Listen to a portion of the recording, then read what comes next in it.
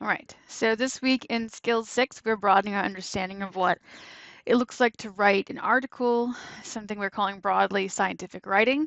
In this particular installment, we're kind of looking at the role of the thesis, which is to say, it's not officially called that in this kind of writing, but there's a role for something like a thesis statement as you're forming sort of the basis for this kind of article. So let's just kind of take a step back. And most of you are familiar with the traditional 5-paragraph essay structure, the one that has been assured to me many times back and forth by people who teach in the 100 level writing program. That is not what we do anymore, but I would be surprised if we never do this. But it's fine, whatever. It's still something we're all familiar with and conceptually can kind of relate what I'm about to talk about to. So here's the traditional structure. You get a first paragraph, which is an intro paragraph starting with a thesis, or ends with a thesis, excuse me. I've heard this described as a triangle.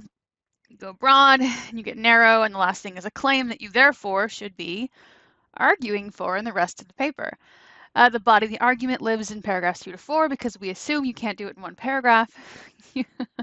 And then the 5th paragraph is traditionally the conclusion, which some people just characterize as a summary of what you already argued. But if it's well written, clue for your life, if it's well written, it will end in what we call a so what statement, which is to say, why did you write this? It's kind of like if I spend 5 paragraphs arguing that the best flower in the world are lilies, right? Maybe my so what statement is, and so therefore you should buy those instead of roses or whatever, right? So you have to, so that's the purpose of that is to kind of take it broader. So make a conclusion more than just, ta-da, I said these things, right? And I think we sometimes forget that little piece. Okay, and so when we get a little farther along, I will relate this particular structure to what we're doing. So, but just keep this in your mind, okay? So thesis statements, like as I proposed, would be at the end of an intro. They have many characterizations, and one very useful one that actually I've yanked from my teaching literature in Spanish days. It was that the thesis is an answer to a question. And this actually works in a lot of contexts, right? That the thing that you're arguing for should answer a question, which is to say that it's easier to defend something if it's in a context that you're asking a question. So as a result, your answers, their efforts to answer the question itself and sort of support the answer any you proposed, this drives the argument, right? You have to make points to support what you've said, right? It's like me saying, okay, hang on. Lilies are in fact the best flower, which is an answer to what's the best flower, for example. They are in fact the best flower because blah, blah, blah, blah, blah, blah, blah, blah, blah, blah, blah, right? So if I make that argument, usually I start with that claim and then I show you why I think that. And then when I finish, I wrap it up with, ergo, you should buy that instead of roses or whatever, right? So it's what you're arguing for. Questions that are appropriate for scientific writing, these might look kind of familiar, right? And we'll talk about why in a second.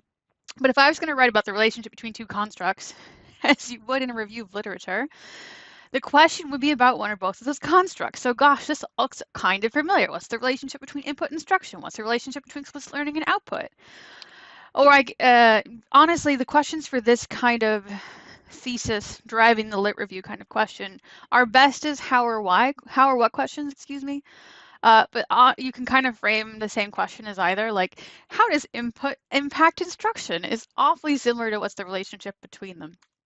Anyway, so the responses that are appropriate for this would have a framing of that relationship. So if I ask what the relationship is between input and instruction, something like input is necessary for instruction, right? It kind of looks like a hypothesis, okay? And I know that, and we're going to talk in just a second about whether they can or should be different. But notice that this is not just a hypothesis, but it's talking so much as like, so we're looking at things like necessary or it's sufficient for, and we'll look at some examples in a minute. So what's the relationship between explicit learning and output? Output increases explicit learning. How does input impact instruction? Remember, that was my version of the first question, but with how. Input increases the effectiveness of instruction. Input's necessary for instruction. Input increases it, whatever. Lots of things I could then go for and argue for, okay? So if I ask you, is a thesis different from a hypothesis? The answer is it can be, it doesn't actually have to be, okay? So And we'll talk a little bit about the structure in a second, but let's look at this here. So if I say the purpose of the review of literature, aka a lit review, which is what I'll call it from here on out because that's the more common name, the purpose is to synthesize what's previously known about your constructs.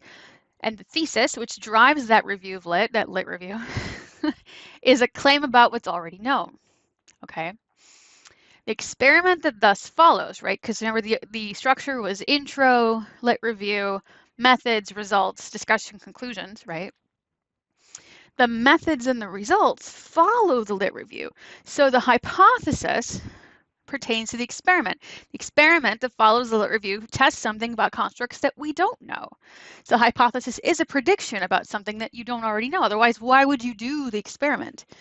So let's say that in my review of lit, I have argued, let's imagine now instead of just a regular 5-paragraph essay, somehow my argument about lilies needs to be an experiment.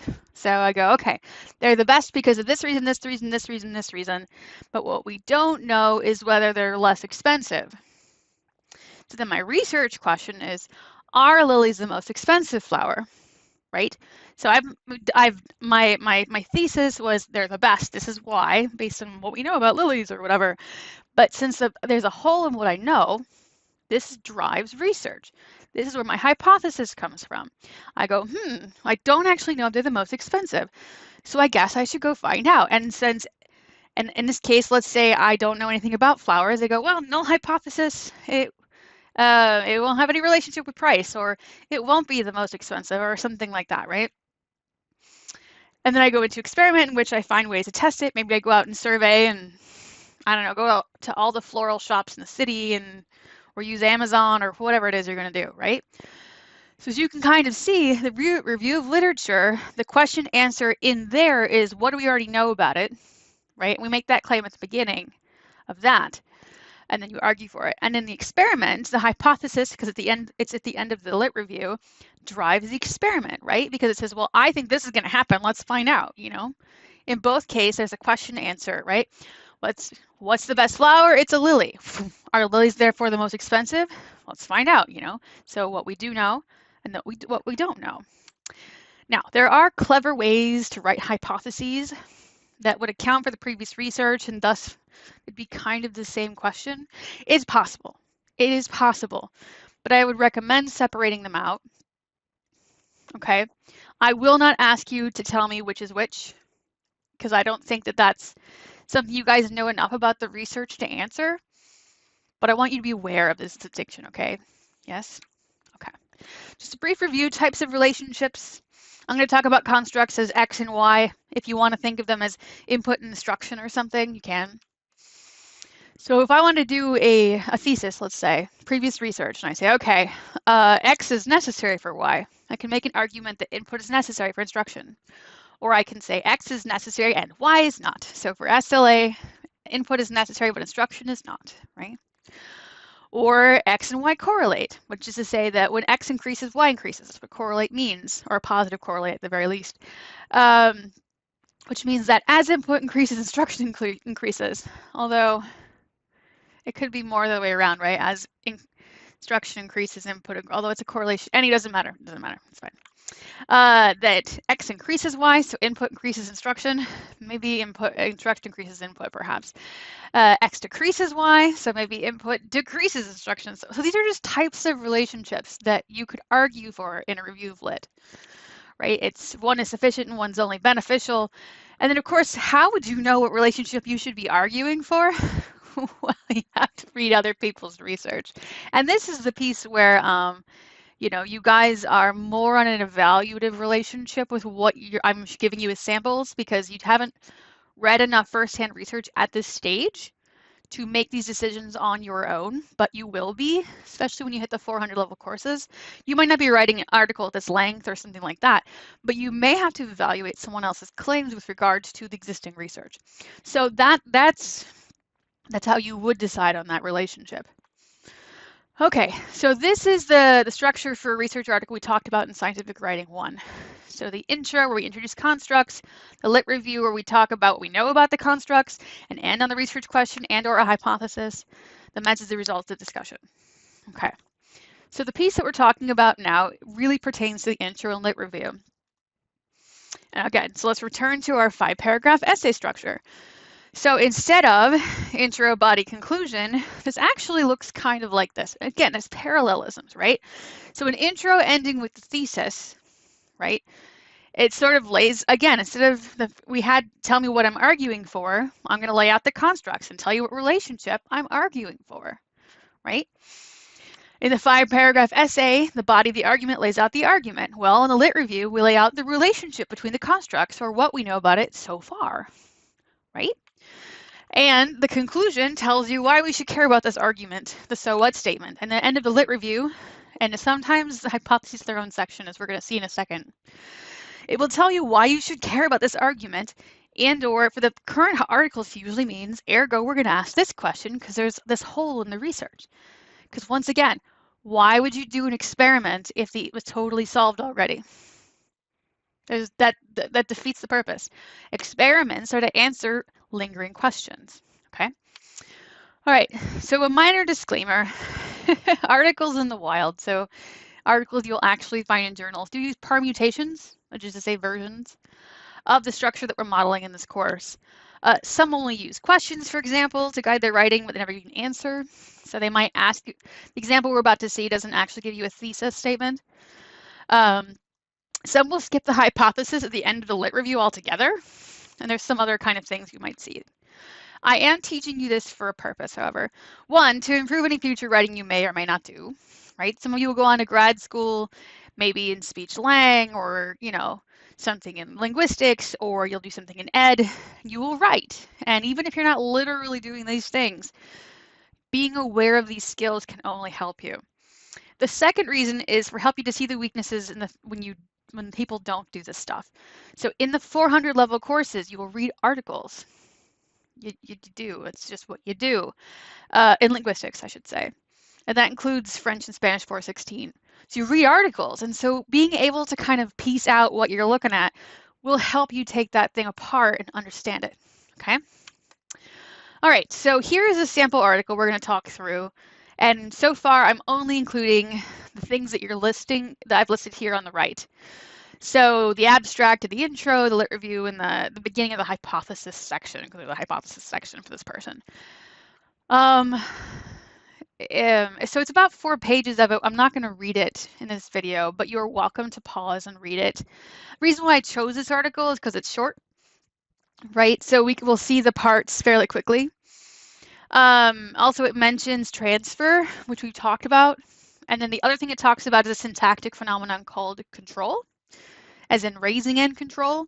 And some of you have enough syntax to know what that means. And if you don't, no big. It's going to be irrelevant to actually understanding what I'm talking about. But if you want to read this, you can. This is actually not a great written article in reality, but it's not the worst either. Anyway, it's fine. This person actually wrote a thesis that's better than this. But the thesis, of course, is like 180 pages, and this one I think is like 12. So anyway, all right. So if I go through this intro section, because this is the intro, all of it, it's like a page, which is very short for an intro, but that's fine. This is the intro section. And so remember, we're looking for the constructs. And so if I skim through, I see 2 constructs, well, of relevance, I should say. Especially having read this person's abstract, control, the syntactic thing I mentioned, right? Which is like the 3rd word in the article.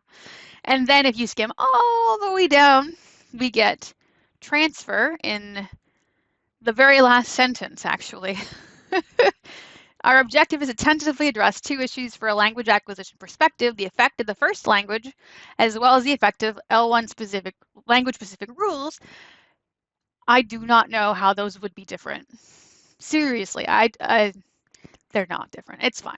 Anyway, in the non-native acquisition, the L2 acquisition of complex structures that show control relationship. So this actually it's actually ending on the question. Not even just a question in general. I think frankly this person this is the research question, honestly, right?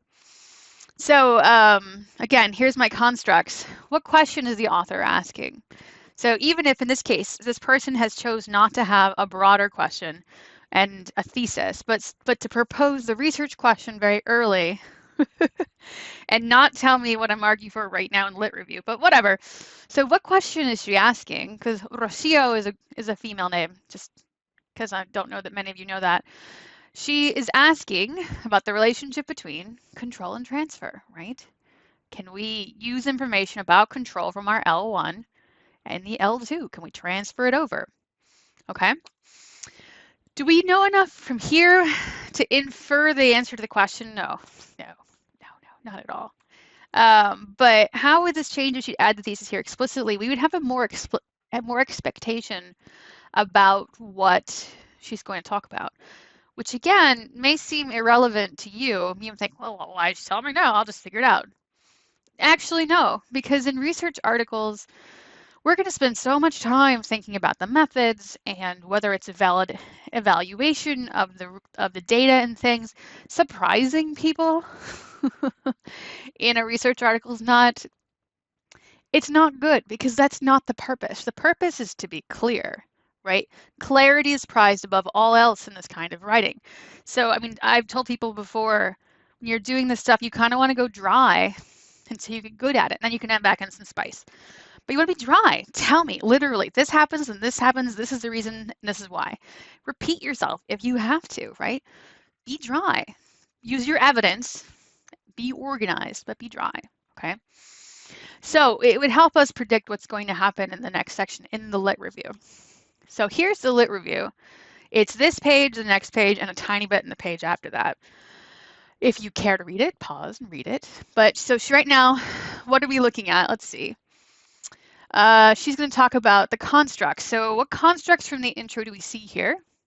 If you want to answer that question before I tell you. Okay. Pause, whatever. So I see in here is transfer, and I see in here control. So both of the constructs appear on the first page of the lit review, which is like a lot for a lit review, but cool. All right, can you find them? Pause if you want to. Okay, so transfer is happening at the very beginning here, right? So she says, L2 acquisition from a minimalist perspective involves learning the formal features of a target language, just like an L1 acquisition. So that's not transfer, right? That's just talking about kind of the acquisition process, the initial state. And then she says the difference is that it seldom results in native-like proficiency, since she's talking about native-likeness. What a nice sort of parallel to what we've been doing. And then she says, in order to account for this difference, Liceras, although I think she's not, anyway, Liceras and other authors assume that UG is accessible to a certain extent through transfer of L1 knowledge. Okay, so then they start talking about what that means exactly. So this first paragraph is about transfer, which is very short. Cool. And then control is everything else. And in fact, control is the same next page too, right? Which tells me this person spent a lot more time thinking about the syntax than anything else, which means probably the person's thesis advisor was a syntactician. Experience would dictate, okay? I'm showing you right now kind of a sense of the length. I'm not asking you or expecting you to be reading this. You can be my guest, right? And so then we get to the end of the lit review, which again, pause and read it, should that be what you are doing, okay? And notice this person got through the lit review in 2.5 pages, which I'm telling you is very short, okay? So what parts of the writing appear in this section? So clearly we're seeing hypotheses. Well, there's a section called hypotheses, right? And then we also, I would also argue that some version of the thesis is here. Now there's the writing again, it's not extremely good, which also this is a warning that if you are writing like this, seriously, be dry, be clear, be organized, because we're kind of trying to figure out what she's claiming. She's like, oh, transfer is important. Okay, what do you think's happening? What's been done on this? Like, seriously, she should have talked to, anyway, it's fine. Okay, so for example, the hypothesis, frankly, I mean, before you get the very specific ones in section 2.1, I feel like we're getting a little bit of it in this paragraph before, right? We claim, again, who's we? One person, it's fine. We claim in our learnability proposal that L2 learners of English and Spanish can transfer the distribution of features for control structures for their Spanish or English L1, which would have been really good if we'd seen previous research about this, but we'll just take it on a leap of faith, I guess. Okay, so this is a hypothesis that the person will transfer. Now, the very specific as it regards to what's going to happen in this experiment, we see below, right? But we are making predictions for this particular thing. And since we haven't really argued for what other people did, it's probably why the thesis is absent, because she didn't talk a lot about the relationship between control and transfer, what we know so far, or even truly made the claim that not much is known. But if we try to say there's a thesis, I would say it's somewhere here, like the last 4 lines of the first paragraph, first full paragraph. The fact that both languages share the same parameterized distribution of features allows us to study the effect of language-specific roles in L1 English or Spanish and possible effect of semantic pragmatic considerations without interference from different syntactic traits or properties. That's broader, right? So if I wanted to have written a section like a lit review that's tackling the relationship between transfer and syntactic properties, that would have been my thesis, don't you think? Right? So anyway, yeah, so this is what we should have been arguing for the whole time. So this is what I'm saying, is that we get a better sense of what should have been happening. So you can say to me, okay, so I kind of know what she's written here, but there are lots of questions that I still have. Now, you as budding researchers, budding linguists, whatever, can go out and be like, all right, I guess I could Google it and figure out what people have said about this, because those are the questions we should be asking, okay? All right, so to finish this video, the thing that we're all really, really interested in is, what do you actually need to know about the Skills 6 section? Great question. I'm going to list 5 things here. 2 of them are essentially repeats. Okay, but I'm going to put them here because I think they're related. And I would say that we're using repeats because, you know, scientific writing 1 and scientific writing 2 are intrinsically linked. And in fact, they're linked also to constructs and hypotheses. Not so much with APA, but, you know. So these things feed into each other, okay? So I would say I want you to recognize what a thesis for an intro lit review would look like. It looks kind of like a hypothesis, but it's that kind of response to a question about things that we already know, as opposed to things that we need to know. I also think you need to understand how to form one in a general sense. So if I say, this is the argument that we're arguing for, I show you the argument, let's say, which I may have done before. And I say, okay, what's this person arguing for? What claim are they making? What would be the thesis? I would really expect you to be able to do that and form it in the correct way. You know, talk about it in terms of constructs. Sort of repeated goals would be able to identify constructs in writing. This is fundamental. Some of us haven't quite mastered it. Keep working, right? If it's something that we can measure, and if it shows up in the glossary of our book, chances are good it's a construct, right? Okay, another repeated one is you need to be able to see how the constructs are threaded throughout the structure of an article, which is very much related to what we're talking about. And so finally, understand the role of the thesis in the lit review. And you can see that this is 1, 2, and 5 are kind of part of the same package, right? Yeah. And so the role of the thesis in the intro/lit review is part of understanding how constructs are threaded throughout. Okay, great. If you have questions on this before you jump in and do the quiz, the skills homework on this, or if after doing the skills homework you have more questions, of course, let me know and we'll see you in class.